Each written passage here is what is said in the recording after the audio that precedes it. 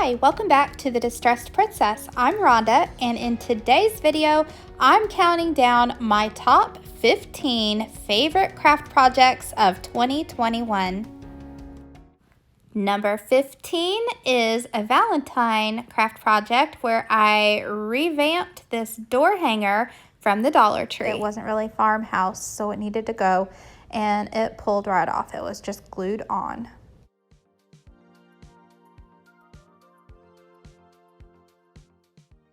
The next thing I used to farmhouse up this door hanger was some jute string, and I hot glued the end of it down at the bottom of the heart, and then I wrapped the jute string until all that pink was covered, and hot glued the end into place. Using a burlap ribbon that I got at the Dollar General, I made another bow, but this was a little too wide for the door hanger, so I cut it in half up the middle, and I made a bow like this using the two pieces.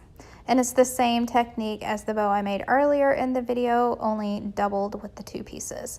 And the jute string that I used to tie in the center of the bow, I used the tails to attach it to the door hanger.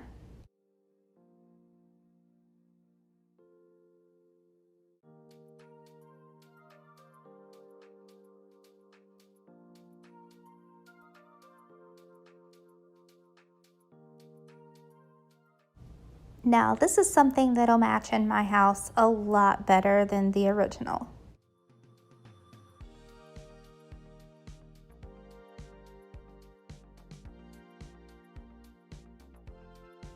Number 14 is my very favorite item from the Dollar Tree from 2021, the gold basket. And these are new for spring at the Family Dollar store. You can get these right now. They're only $1 a piece. And I'm disassembling them because I don't need them to stand up. I'm actually going to use them to plank the bottom of that basket.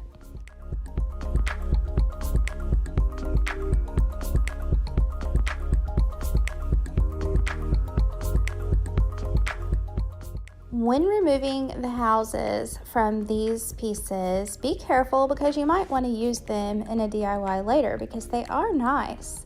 And I do wind up using one later, as you will see. Now, they must have used some sort of heavy-duty industrial glue to hold those little houses on these boards. But if you heat that glue up with a hair dryer or a heat gun, you can get a butter knife underneath it and it cuts right off. Now you need to sand where that glue was and also to remove the words that were originally on this plank. Now I'm using a sanding block. I think that a palm sander or one of those power sanders would sure save you some time here. You can see some of the wording is still showing through on my sign a little bit, but I didn't let it bother me because I'm going to use this antiquing wax to cover it, and I'm going to use the baby wipe technique. And this is the first time I'm trying this. You're supposed to use a baby wipe because they're already moistened, and it spreads this antique wax out better and makes it more like stain. And they are absolutely right. I loved the effect that this gave to these wood pieces because I've really been into natural wood colors, like not too dark, not quite bleached, although I do like bleach too. But you'll see, these come out a beautiful color.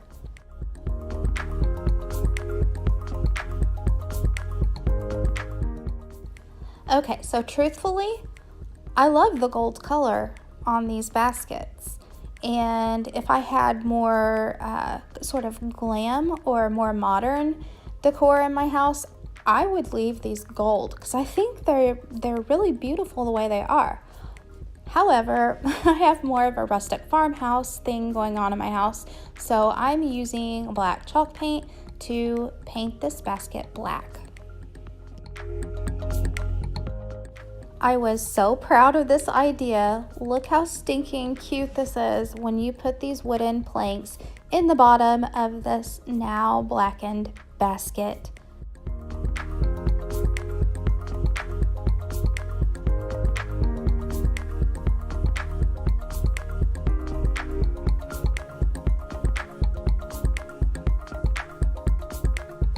Number 13 is using a Bath and Body Works candle jar.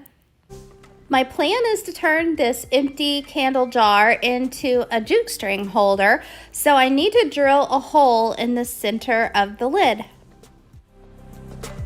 And I know that I got my drill bit a little off center, but I'm not going to let that bother me. You guys pay more attention and actually drill your hole in the center of the lid.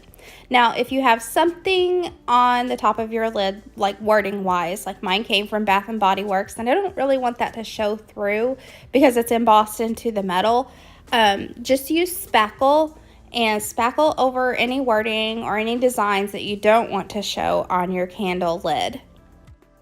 And then I hit mine with a hair dryer, and it dried really fast on this metal lid, and sand it back down, and I like to sand it completely smooth, but the words were all filled in, and so they won't be noticeable when you paint. I used my trusty Rust-Oleum chalk paint in linen white and gave the lid 2 good coats, and I wanted to make them very thick coats because I'm going to use the natural cracking of the chalk paint to distress this lid. So if you didn't know, if you use really thick coats of chalk paint and then you go over it with a heat gun, or in my case a really hot hair dryer, then the chalk paint naturally wants to separate, and so you get like a crackling effect. And I like to do this sometimes when I don't have time or I don't want to mess with making any cracking medium. Now I'm going to age the lid even more by adding some black craft paint and just some little splotchy areas around the edge, and also a few little spots on the top just to make it look like it's an old painted lid. It's been painted many times. This jar might have been used to hold all kinds of stuff out in the barn.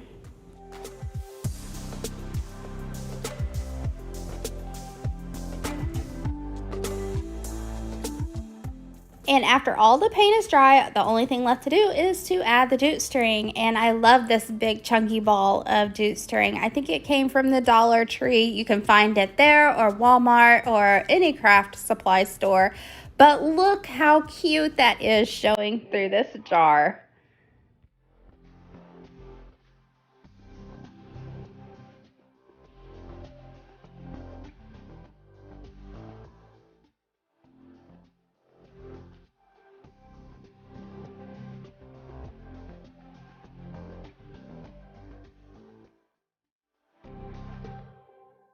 And number 12 is using another Bath and Body Works candle jar. Bath and Body, and by the way, oh my gosh, the smell of this candle was so good.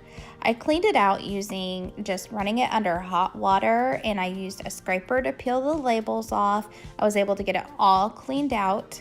And now I'm going to spray paint it using just cheap enamel spray paint from, I think, the Dollar General. It was just the cheap white one, and it's the gloss. It went on very well, and it's very cold outside right now, so I did this inside my house. I don't recommend that, but I did it anyway.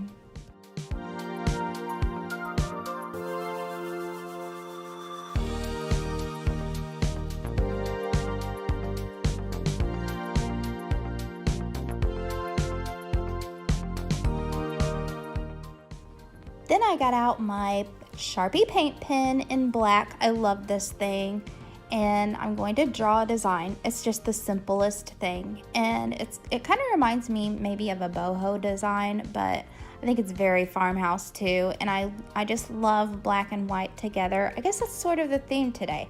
A lot of black and white in my projects today.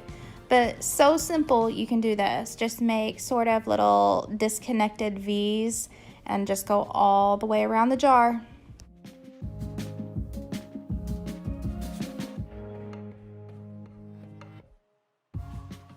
Isn't that just the cutest, most simple thing to draw on something to elevate it? So I'm topping this off with a half a ball of greenery that I found at one of my local junk stores. And that was it for this project.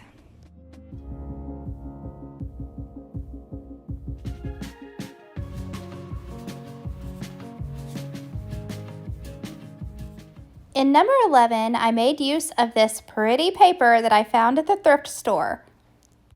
If you want to make this DIY at home, I think you can use brown craft paper, run it through your printer, and print whatever design you would like to use, and you'll have the same effect.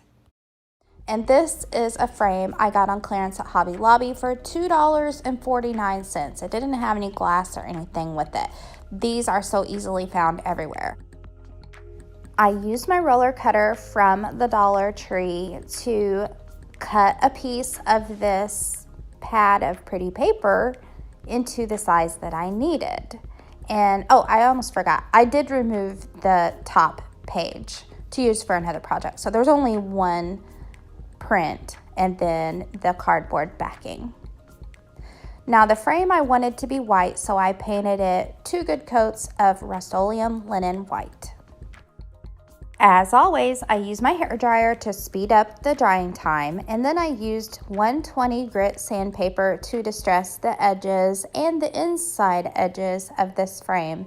And this was another one that sanded, it just distressed so pretty. I'm so happy with these projects today.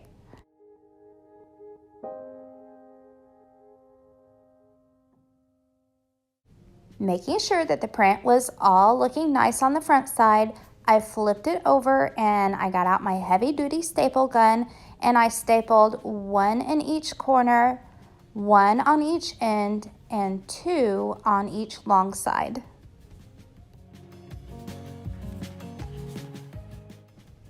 And I think this is perfect for a neutral farmhouse spring decoration. Now, if you wanted to hang it on the wall, you could either add a hanger to the back using jute string, or you could do like I'm going to do and just use command strips.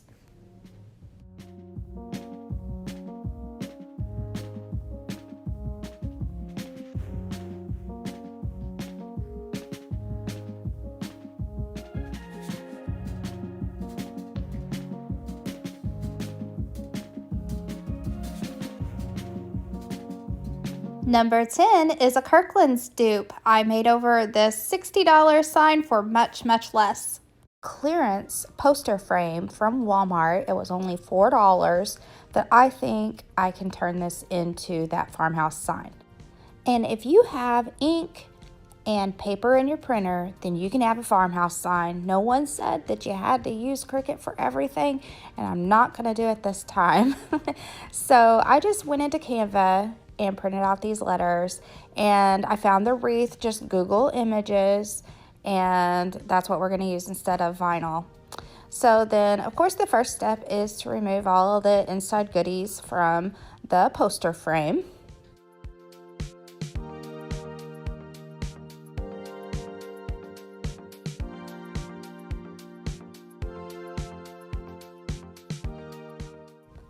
Be careful with the backing because that is what we're going to be turning into our wall art. That's what's going to get painted. And the insert with the fake people pictures, you don't need that.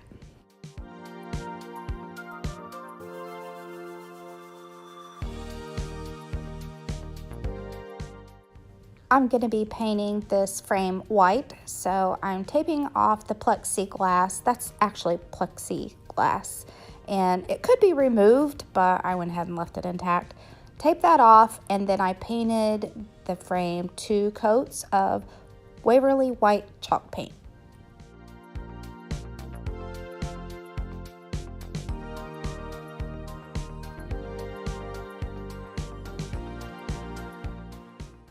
Now let the creativity begin. Using that same Waverly white chalk paint, I began painting the backing of the poster frame. And you see I started going horizontally first, which ordinarily I would do, but I don't know, something changed my mind in the way that it was going into the grooves of this cardboard, and I liked how it was kind of, I don't know, looking kind of worn, very farmhousey, very rustic. So I changed direction and started going in vertical strokes, and I did this all the way down the cardboard, and you can see where I left some places bare. So while the backing of the poster frame was drying, I cut out all of my letters, keeping to the black side, trying not to let any of the white paper show.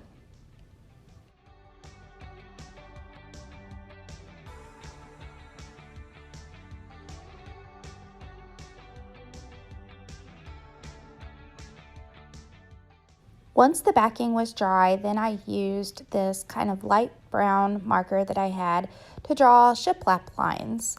And I found the center, which was about 6 inches, and I always draw my middle line first. So I drew that all the way down the cardboard at 6 inches.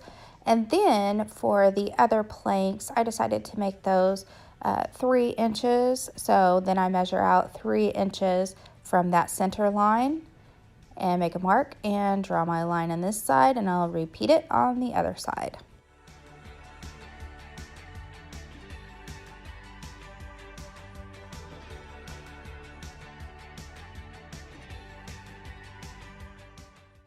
The lines I just drew kind of serve as a guide more than anything, because I'm going to go back in with Waverly Truffle brown paint and being not so careful as to be perfectly straight, because I feel like this piece is really haphazard in how it's coming together, and I'm liking it, and it's a lot of fun working this way.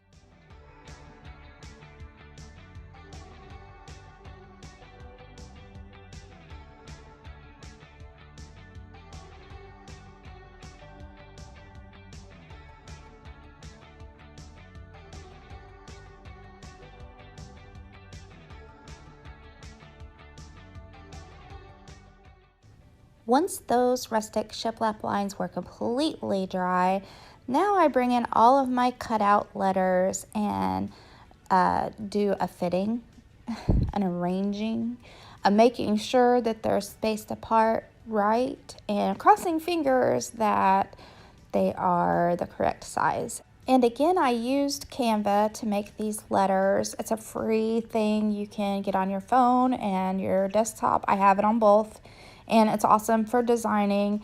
I just picked a font and typed the letters, and you can see I could fit like 2 on one sheet of paper. It was really fast and simple. Then I used decoupage or Mod Podge. It's the same thing. I have a big bottle of decoupage glue, and that's what I'm using to glue down the letters. So first, I put a layer of the Mod Podge down, and then I put the letter on top and tried to get it arranged. And be very careful, because this is just paper, and it will, once it gets wet with that Mod Podge, it will tear. So be very careful in where you lay them down first, because it's not easy to take them back up and move them. Hey, if you're enjoying this video, please drop me a comment down below, and remember to hit the subscribe button. I'm trying to grow this channel. I'm loving making these videos, so I would love it if you would hit that subscribe button and become part of my family. When everything is glued down, then go over the whole thing, letters and non-lettered parts as well, with your Mod Podge.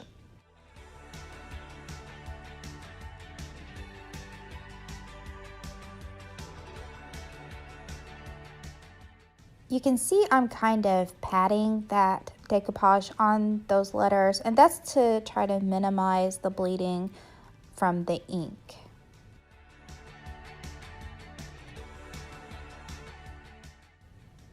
By now, your frame should be dry and you can remove your tape. And finally, the last step in this DIY is to assemble the final product. Of course, making sure all the Mod Podge is dry first, and put your nice artwork back down inside and secure all the little clamps around the edge, and he's ready to go up on the wall.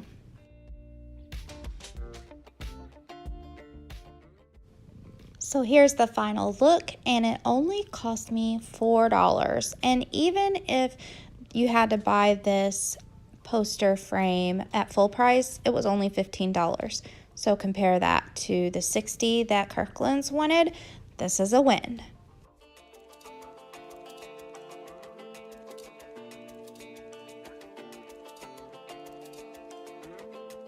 Number 9 is part of a video that I adored all of the crafts in. It was a hard decision to pick my favorite out of this video.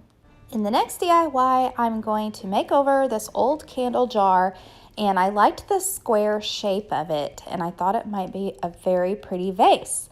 And so this jar came from Menards originally, and all it took was hot water to clean out this soy wax candle. To give it some detail, I'm going to tape off some sections and paint it in two-tone color. And I'm also going to use the baking soda method that I've seen a lot of people do, and I love it.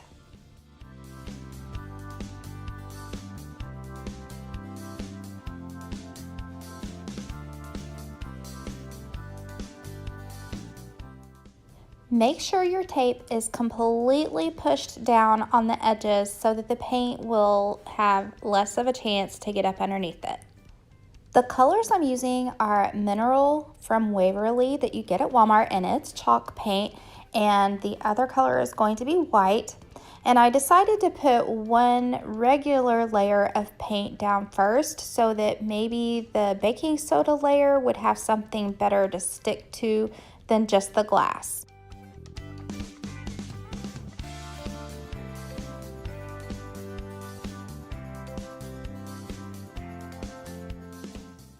So when I mixed my baking soda with the paint, I was just winging it. I didn't look up a recipe or anything. I just put as much paint as I thought I would need and started putting half teaspoonfuls of baking soda. So let's count. I started out with maybe 2 and mixed it up and thought, maybe a little more. I think I wound up using 3, but let's count and see.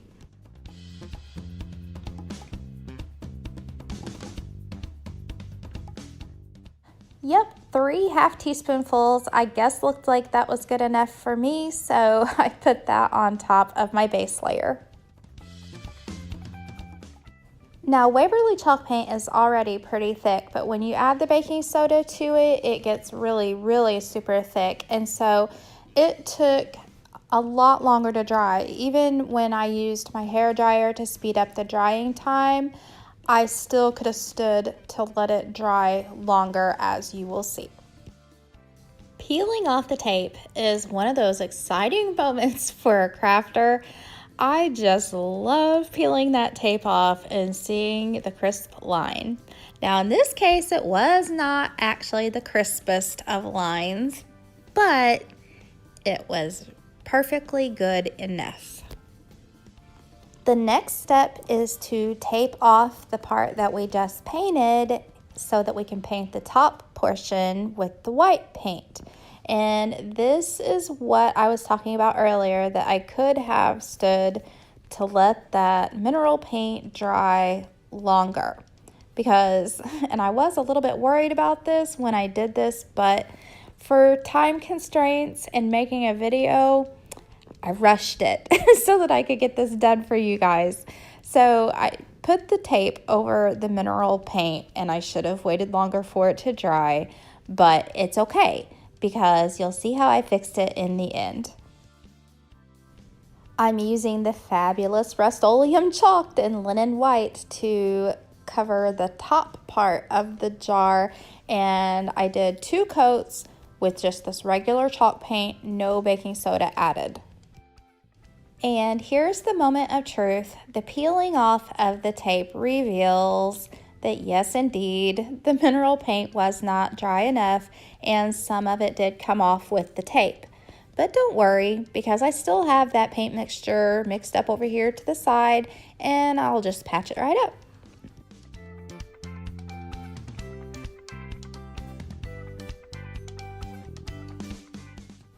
And if anything, actually that little paint peeling up just gave it more texture anyway.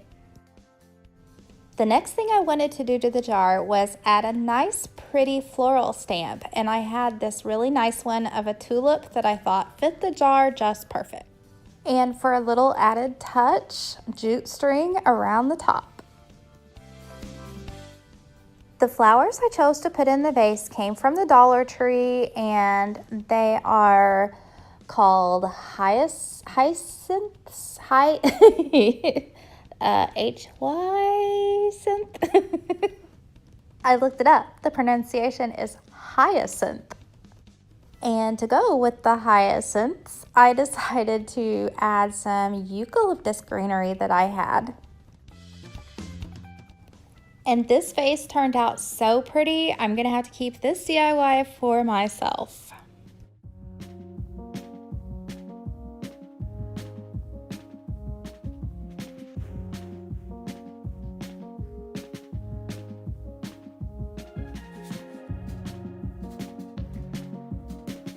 In number 8, I restyled some Dollar Tree books to be so pretty for my bedroom. Reads or not, I didn't read them.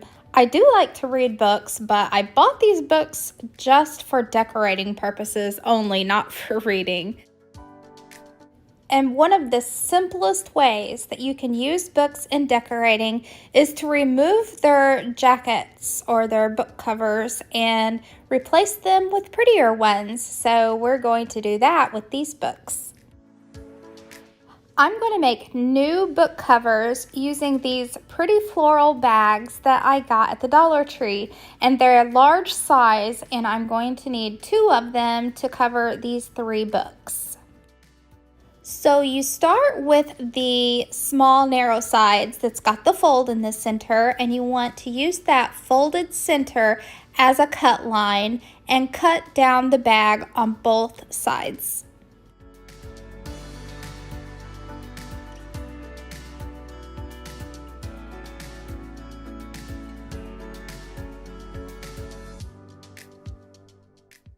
And then you can open the bag up, lay it down flat, and easily cut the bottom out of the bag.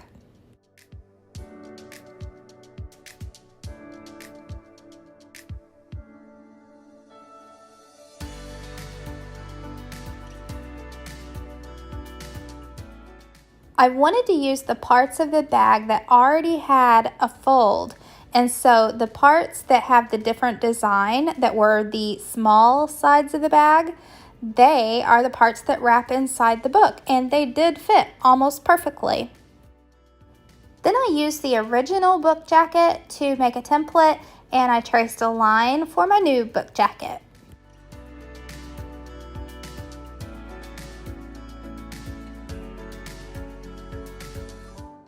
And then cut on the line that you made. And voila, that's all it takes. You've got a new pretty floral book jacket to display anywhere in your home, but I'm going to use mine in my bedroom.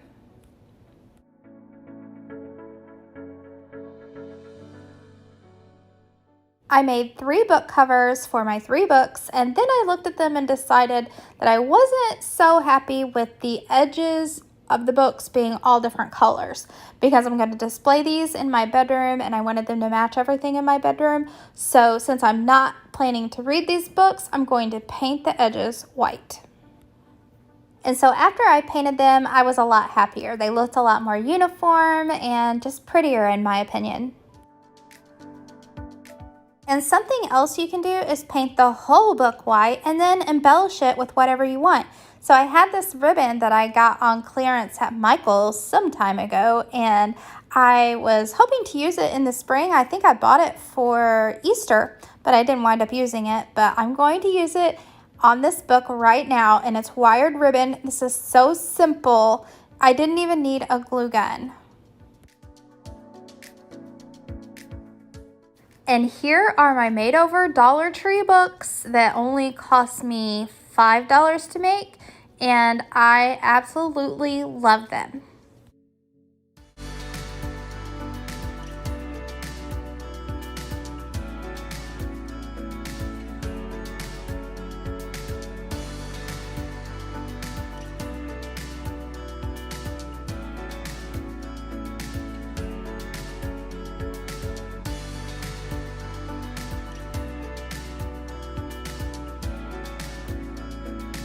In number 7, I wanted to make my version of the really expensive Forever Roses. These things are beautiful, but look at the price tag, and this is a cheap one.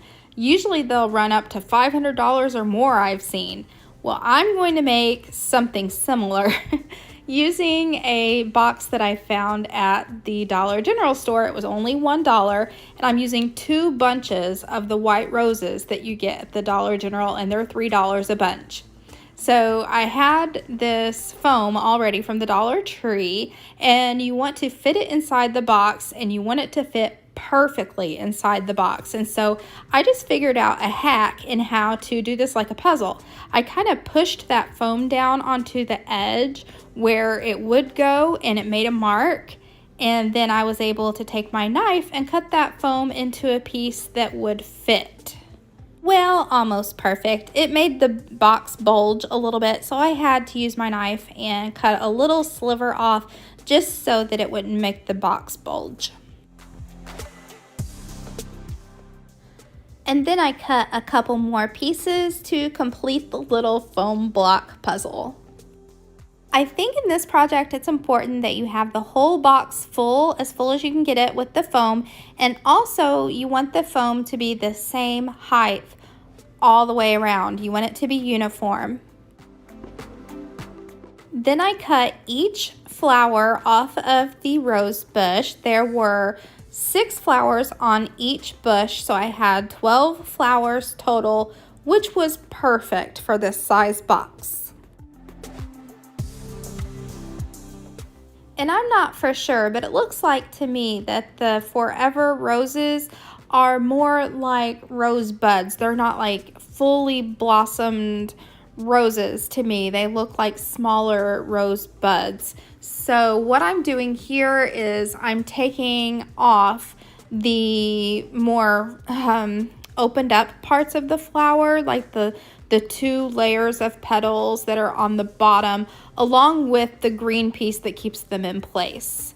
And then it's really easy just to put these flowers right down inside the foam. I did 3 rows of 4, and they fit perfectly in this box. So if you're able to find this very box and these 2 rose bushes, then you're going to be set to go.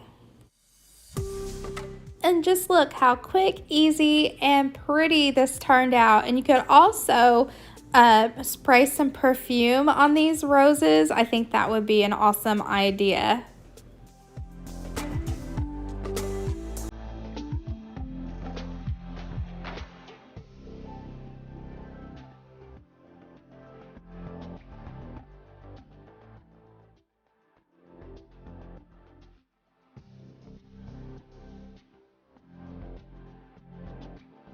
Number 6 is a DIY ladder to display your kitchen tea towels. I'm going to make a miniature blanket ladder, but it won't be for blankets. It will be for decorative tea towels to display in your kitchen. And I made mine so that it could go under my kitchen cabinets. And I'm using these tomato stakes that came from the Dollar General store and these paint stir sticks that came from Home Depot. I've used these tomato stakes in previous DIYs, and so they were already cut down. So the 2 pieces that I had remaining, I had to just work with the size that the shortest one was, which I would have preferred mine to have been just a little tad longer, but like I said, I'm working with the shortest one. So I cut them both off to the same size.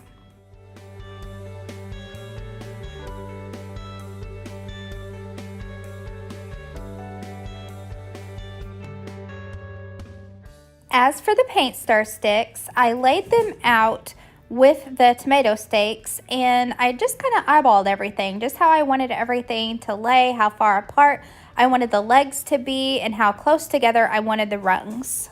So the first decision was how long I wanted the rungs to be, or how wide I wanted the whole thing to be. So I marked that off and measured and cut both of my paint stir sticks the same length.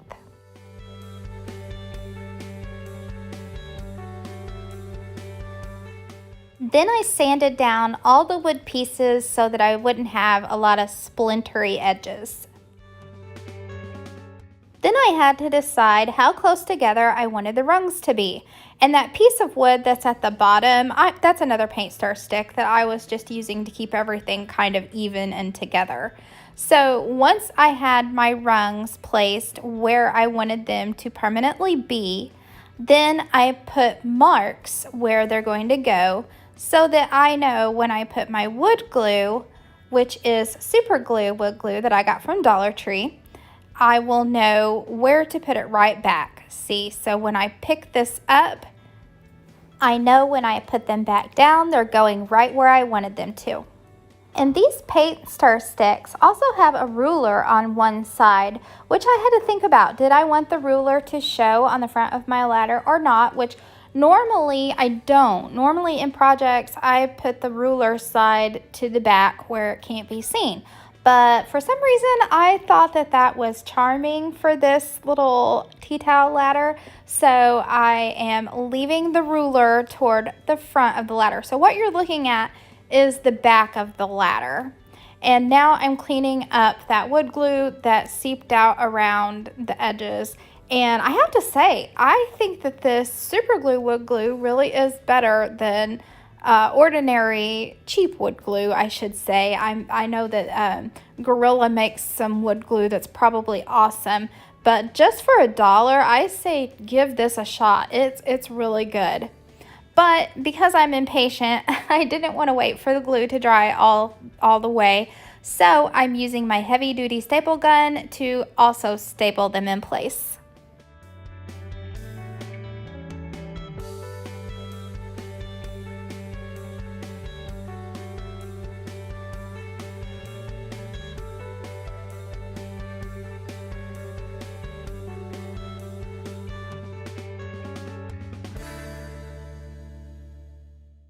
And that's it for construction. Just wipe up any excess wood glue and you're ready to stain.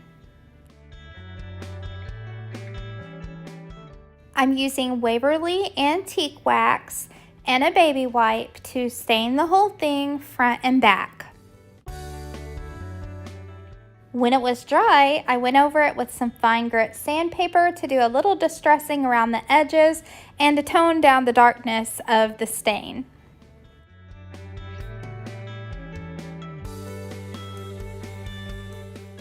And she turned out so cute, I couldn't wait to put some towels on her.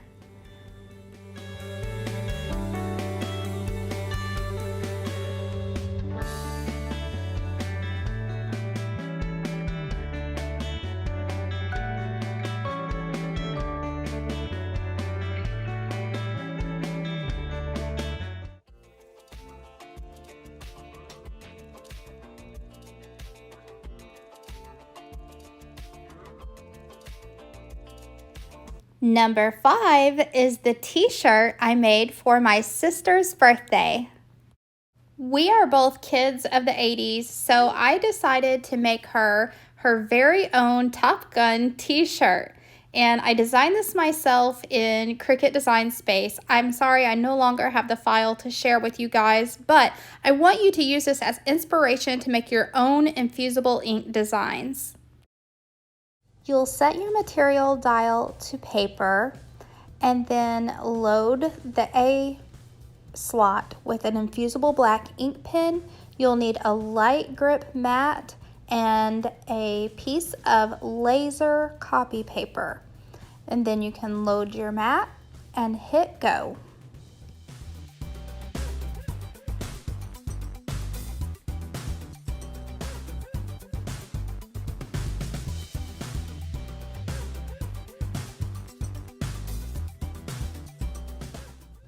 It only takes a couple minutes for it to draw and then unload your mat.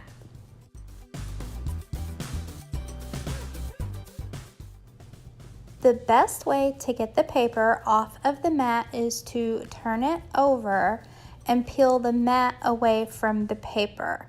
If you try to do it the other way, your paper is likely to rip, and if you're very, very careful, there's less likelihood that that will happen, and your paper is less likely to curl up on you. I really love this design. It really puts me in the mindset of the 80s. And what we do now is some coloring. And I'm using the Cricut Infusible ink markers to color this design. And every single time that I color anything, I think of my sister, because when I was little, my sister was so good to me. She's older than me. She was a great older sister, and she would color with me all the time. She taught me how to color really, really good.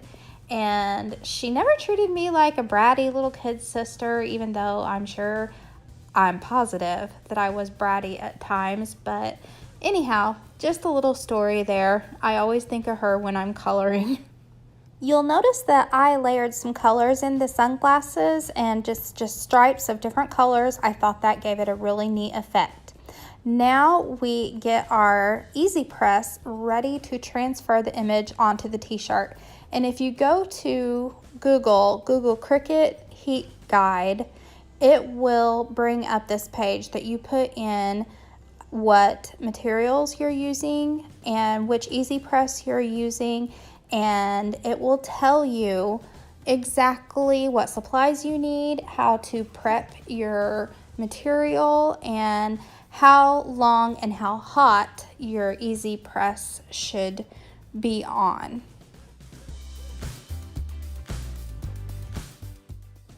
Now to get our Easy Press ready, just power it on, and we want the temperature to be 385, and we're going to hold it for 40 seconds. The timer is going to be at 40 seconds, and you have your plus and minus to go up and down on the temperature and the timer.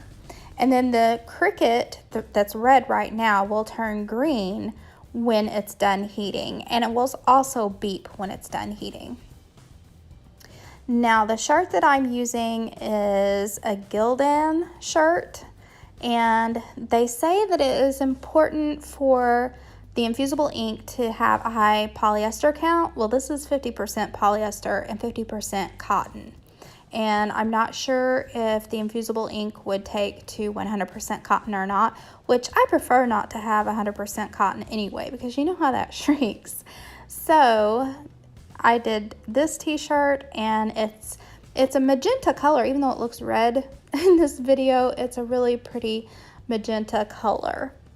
The next step is to take a piece of cardstock and put it inside the t-shirt so that the infusible ink won't bleed through onto the back side. And since the piece of cardstock is exactly the same size as the sheet of paper that I'm using my transfer on, I'm just imagining positioning my transfer as I'm putting this cardstock inside. And you want to be at least a couple inches, I think they say 3 inches from the collar when you're doing transfers. Then you need to lint roll the area very well, because you don't want to have any little particles or hairs on your material.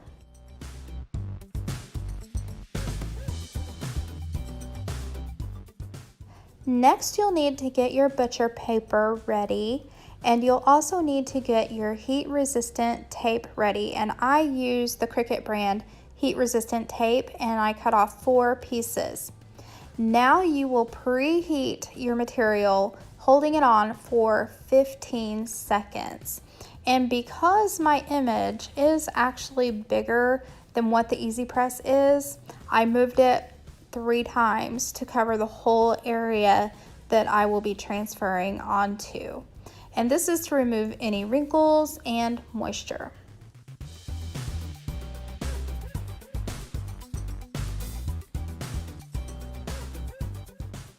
And now it's time to put your image ink side down and use your heat resistant tape to tape it in place. It's very important that the image doesn't move. And so that's why I'm using 4 pieces of tape. I did a piece in each corner.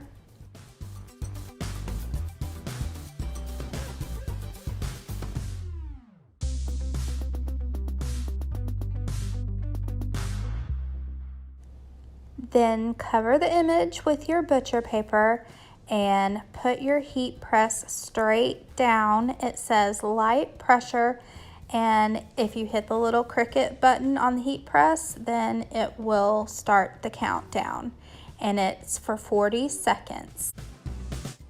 You can see on the tea and talk and the last part of goose, that was not covered by the easy press, so I go to each side where it wasn't covered before and I press again for another 40 seconds. And then lift the easy press up and take the butcher paper off. And in the instructions, it'll tell you if it's a warm peel or a cool peel. And in this case, it's a warm peel. So I very, very carefully peeled back one corner to see if it had transferred, and it did. So I peeled the whole thing off.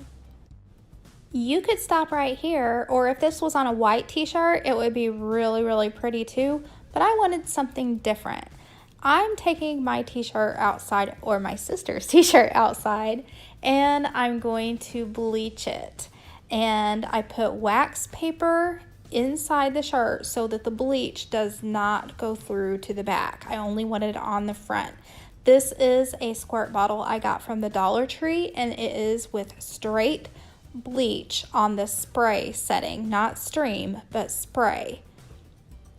And then I decided to go back and put it on the stream setting and do a little extra bleaching around. Another tip is to have some things handy if it's windy outside, because you don't want your shirt blowing up on itself.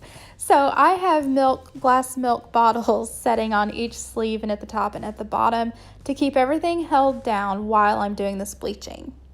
Another tip would be to go light at first and add more if you feel like you need to add more later, because you can always add more bleach, but you can't take away stuff you've already bleached, of course.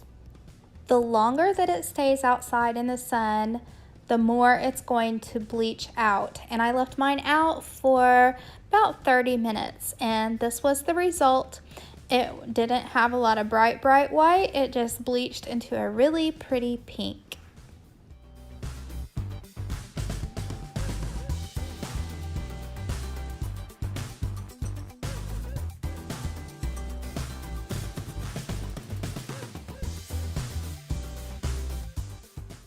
And that's all there is to it. Happy birthday to my sister. Number 4 is part of a mystery box hop that I did this year, which was so fun, and I made a bird feeder.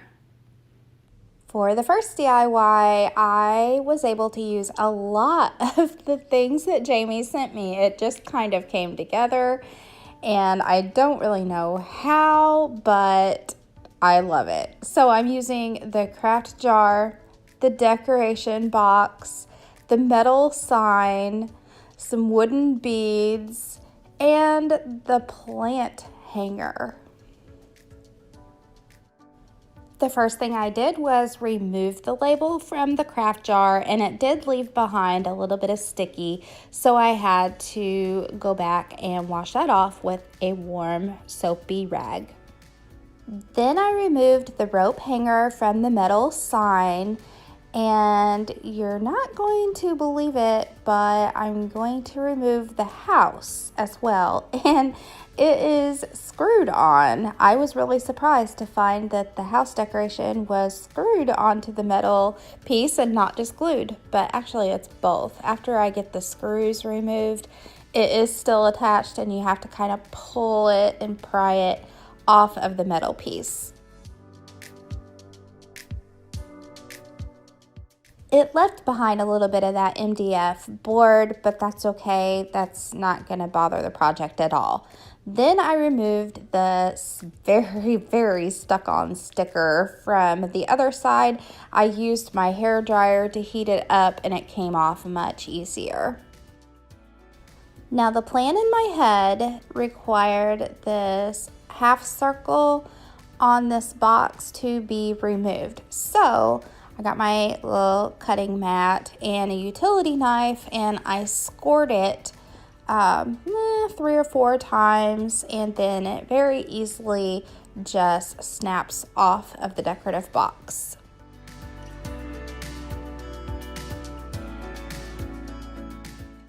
Then I painted the whole box inside and out with Rust-Oleum chalked in linen white, of course after removing my sticky tags, but those were easily removed, thank goodness. And I used 2 coats to cover this box. I hate to give away the ending, but some animals are going to be eating out of this, so I wanted to seal the paint with the dishwasher safe Mod Podge, just in case. I mean, I'm pretty sure that chalk paint is non-toxic, but I wanted to be sure that no animals are harmed while making this video. Next, this is going to be what holds the bird seed, and in order for the bird seed to come out, we need to cut the bottom of this plastic jar. And so I get my cutting mat back out and I use my very sharp utility knife, and this plastic cuts like butter. And I tried really hard to cut a straight line so that if this jar were to stand up, it would stand up level.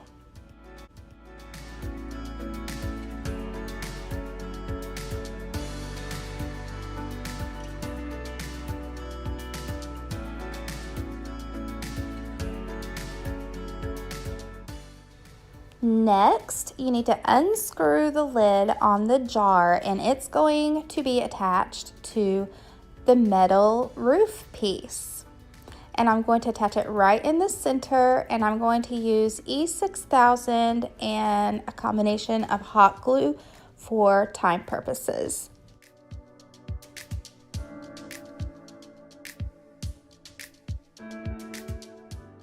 Inside the lid is a little paper piece, and you can go ahead and remove that. Now, the way that this is going to hang on the chain, there needs to be a hole drilled in the center of both pieces. And I use a drill to do this. I'm just holding that screwdriver to show in the center. Next, you're going to use the plant hanger, and these plant hangers come with 3 chains, but you'll only need 1. So use some pliers. I'm using wire cutters because that's what I had handy, but use a tool to bend the hook just a little bit so that you can remove 2 of the chains and keep 1 on the hook.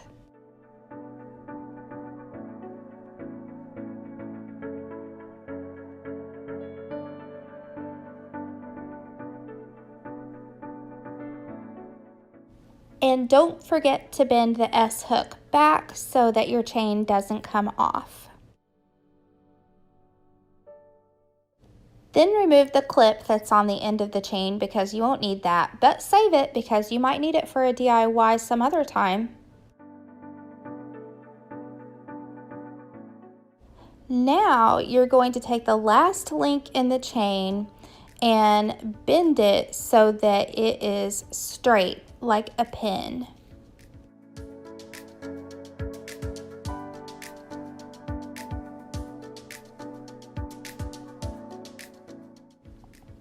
Then attach it to the metal piece and through the lid by going through the top side, and it will come through the bottom side, and you're going to secure it in place using one of the wooden beads. I think it was a medium size one, and then the 2-prong link.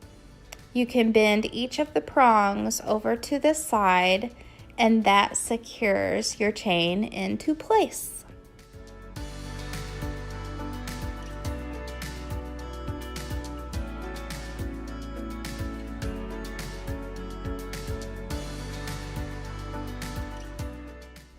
Then I drilled 2 holes on opposite sides on the cutoff end of the jar.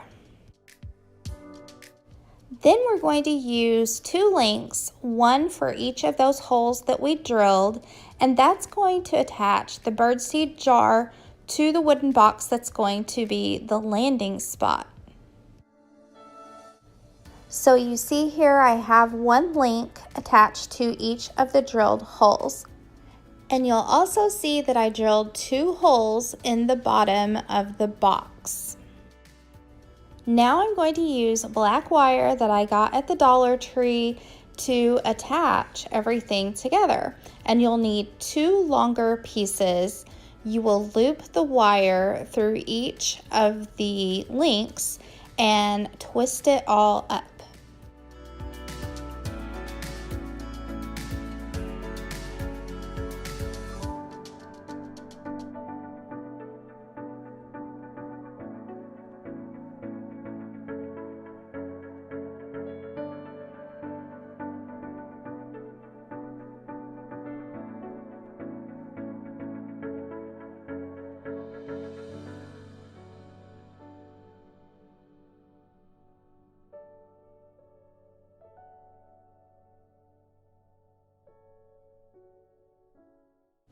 Now just feed the wires through the holes that you drilled in the box, and when you turn it over, you can twist the 2 longer wires together, and this secures it in place.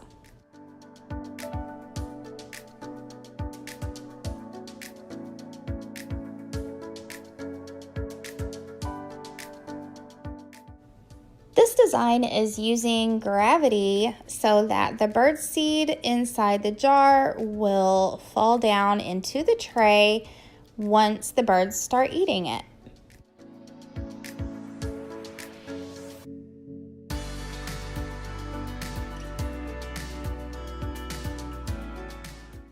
Then your bird feeder is ready to put the seed in, so you would just pour the seed inside the jar and screw the lid back in place, and you're all set to feed the birds.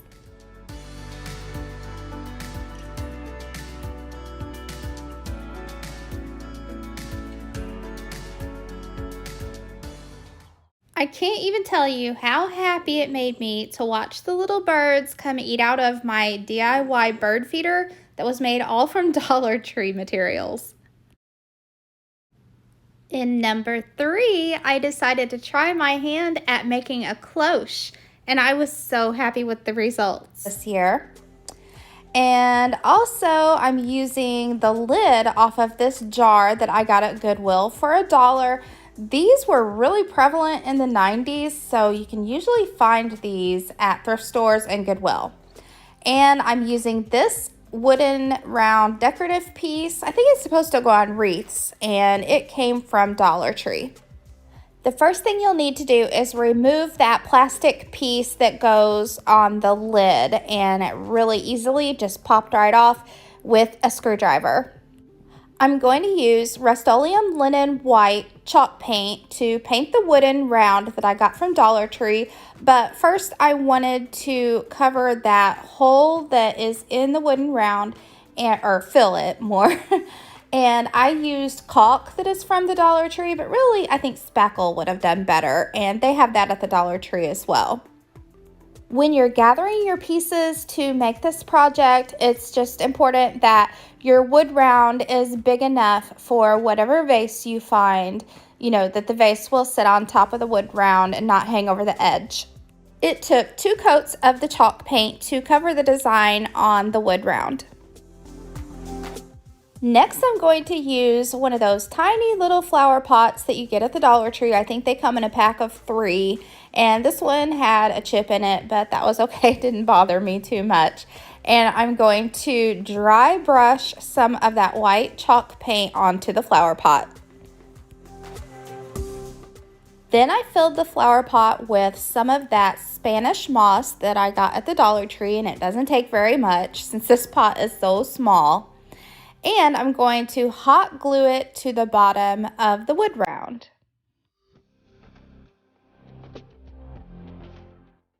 Then I clipped off some pieces of a branchy type floral that I believe I got at Hobby Lobby, and it only takes a couple pieces, but pick whatever kind of floral you would like. I just liked that this one kind of looked like branches. And so I clipped some of those off and put them down in my flower pot.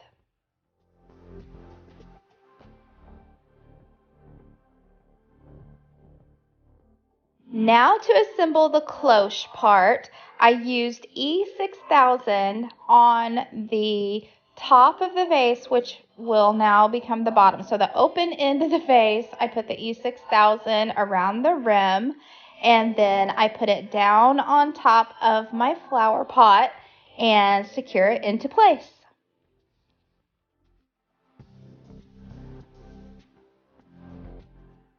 And then the top of that jar lid will become the decorative piece on the top of the cloche, and I'm going to use E6000 around the bottom of that vase to secure the lid in place.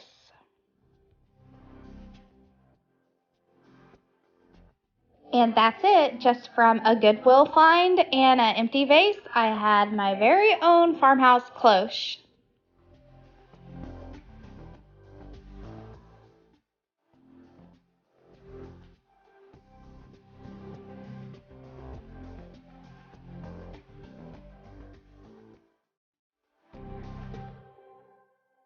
We're almost to the top. Number 2 was part of a Try It Tuesday, and I made my version of one of the Unicorn Dust Designs, Sammy Velchery's Easter vase. I'm using, I believe it's the same bucket that Sammy used.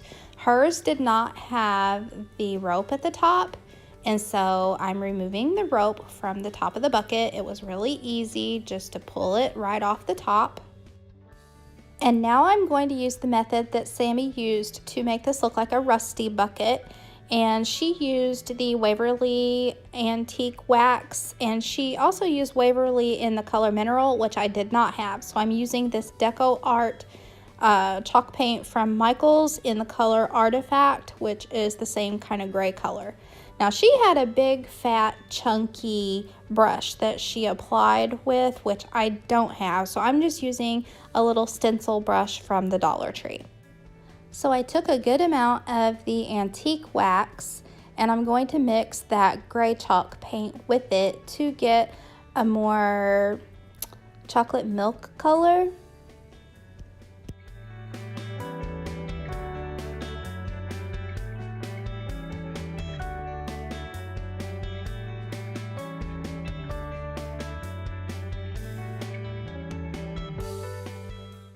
It may actually look a little more like mud than chocolate milk. If your chocolate milk looks like that, that's too much chocolate. So Sammy said to kind of pounce this paint onto the bucket. Don't regular brush it on. You want to pounce it around, and that will give it its rusty effect.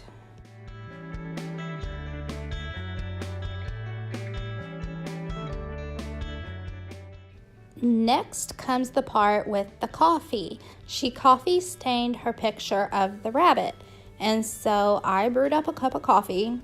Didn't even get to drink it, that's sad.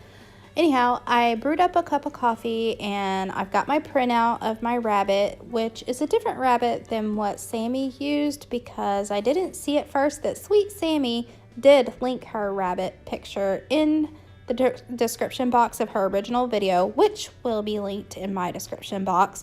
I didn't see that until later. So this is a different rabbit, a different printout, and I wasn't entirely sure on how she went about doing this coffee staining. So I submerged the whole picture. I only left the picture in the coffee for maximum 2 minutes, and when I took it out, it was blue. And so that's not right. So here is take 2.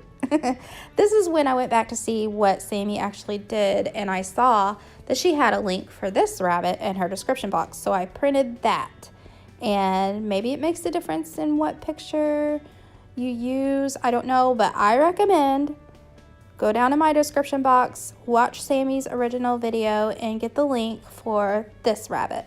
And maybe you won't have the trouble I did the first go around.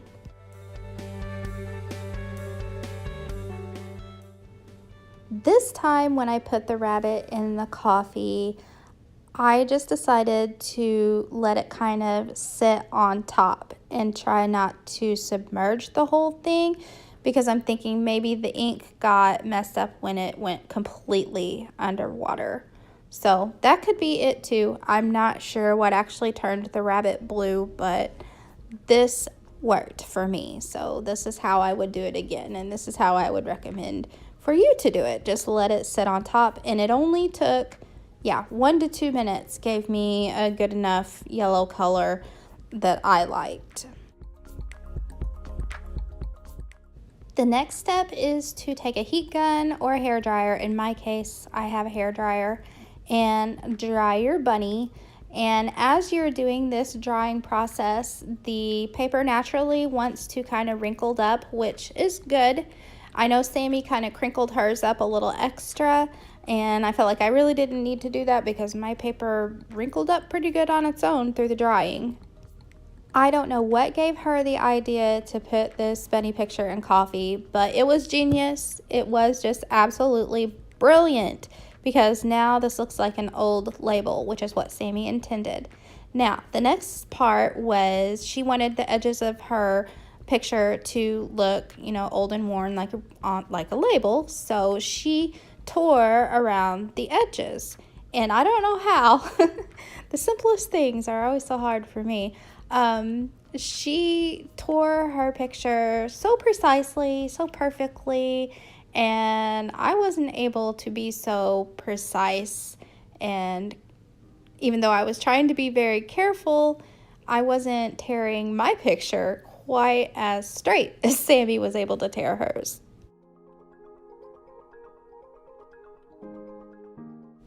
And if you'll notice up there in the corner of the screen, I had to put Piper's bed up near my workplace, trying to encourage him to lay down and not be right under my camera.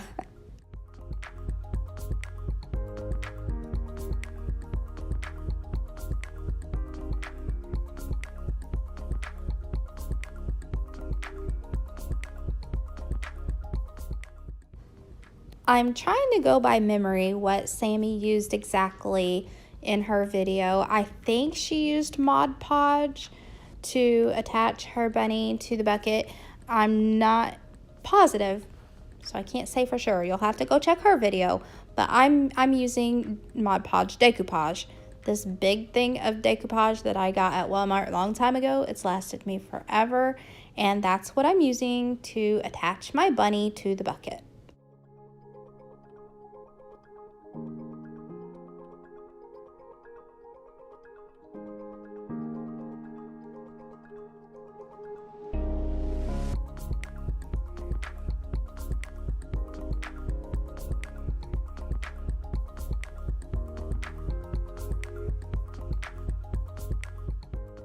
And the next thing Sammy did was to go back over the edges of her bunny picture with more of that brown paint concoction.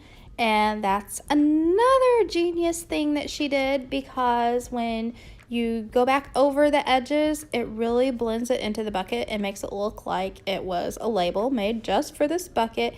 And it also covers up my multitude of mishaps while I was trying to tear the edges of this picture, and it just looks a lot more straight. It just looks better when you go around the edges like this.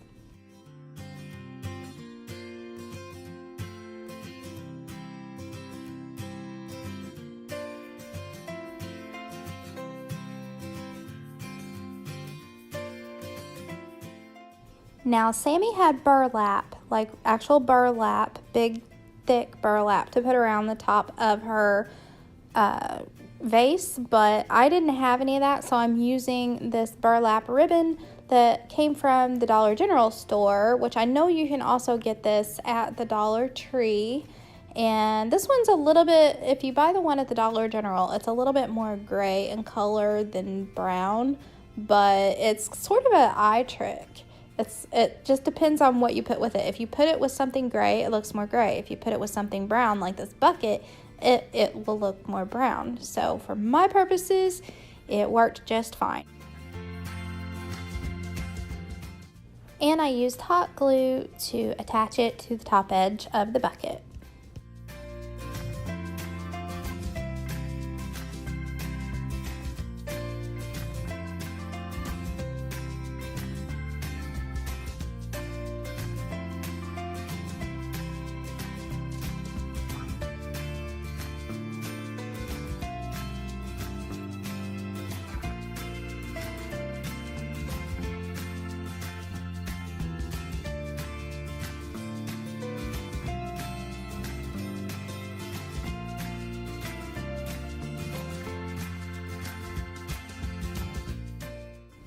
And then I folded down the excess at the top and hot glued it on the inside of the bucket.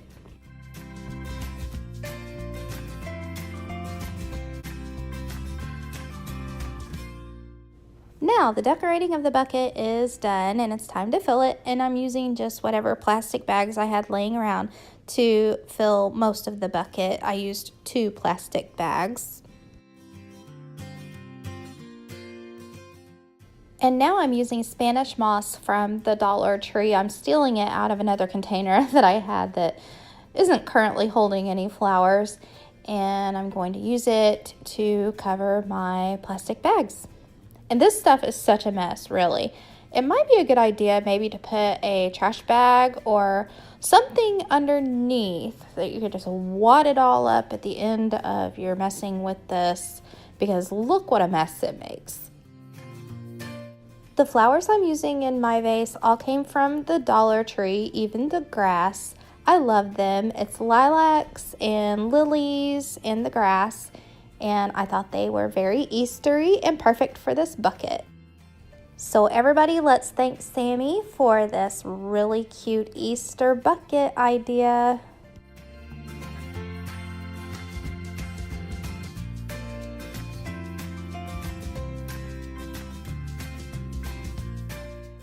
And finally, number 1, my very favorite craft project I did this year. It was the most simple thing ever. The simplest ones are always my favorite. If you've made it this far, please let me know in the comments below, and I appreciate you watching.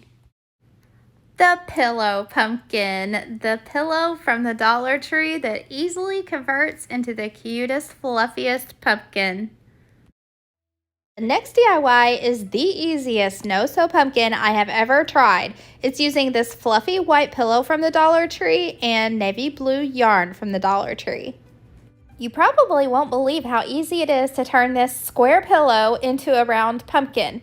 All you do is poke in the corners to the inside and fluff it up a little bit.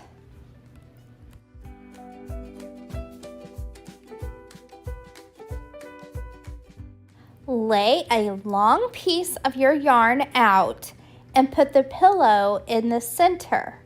Then you'll want to pull the ends of the yarn up around where the corners used to be. And then you will tie a knot and secure it down tightly. Then wrap back around to the bottom side of the pillow and tie another knot and pull it down tightly. Then wrap around one more time, dividing one of the sections that you made, tie another knot and secure it tightly. And then one more time, completing all the ridges that you'll need to make this look like a pumpkin.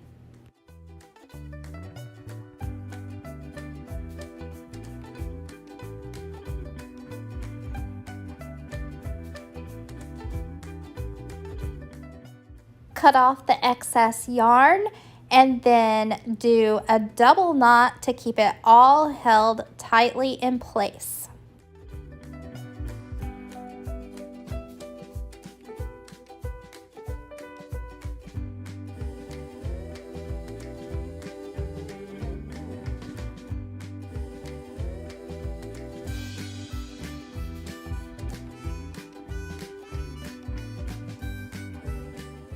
Now, remember those stems that I told you not to throw away? Here's how we're going to use them. I'm going to cut them down to the size that I want them to be, and I'm going to hot glue them to the center of the pumpkin.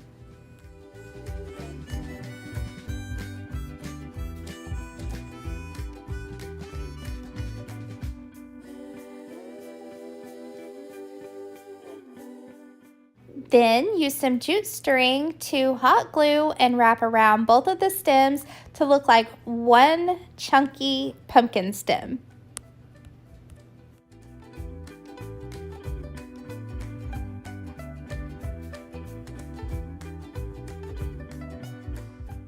When you get to the top of the stem, carefully put some hot glue and lay one last piece of jute string across the top and cut off the tail.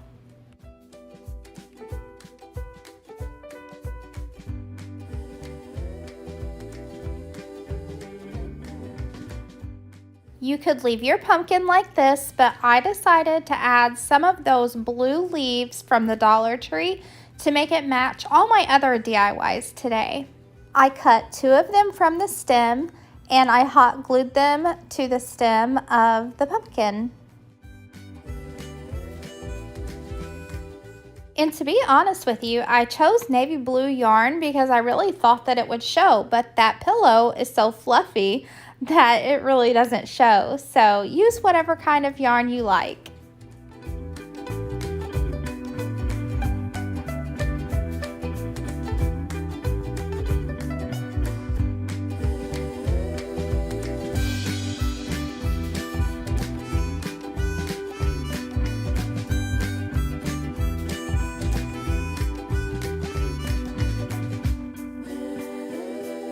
That's it for the countdown. I hope you all enjoyed all the DIYs I did this year. I really enjoyed making them so you could watch. And keep an eye on my community tab. I'll be making a new announcement coming up shortly, and I'll see you in the new year. Bye.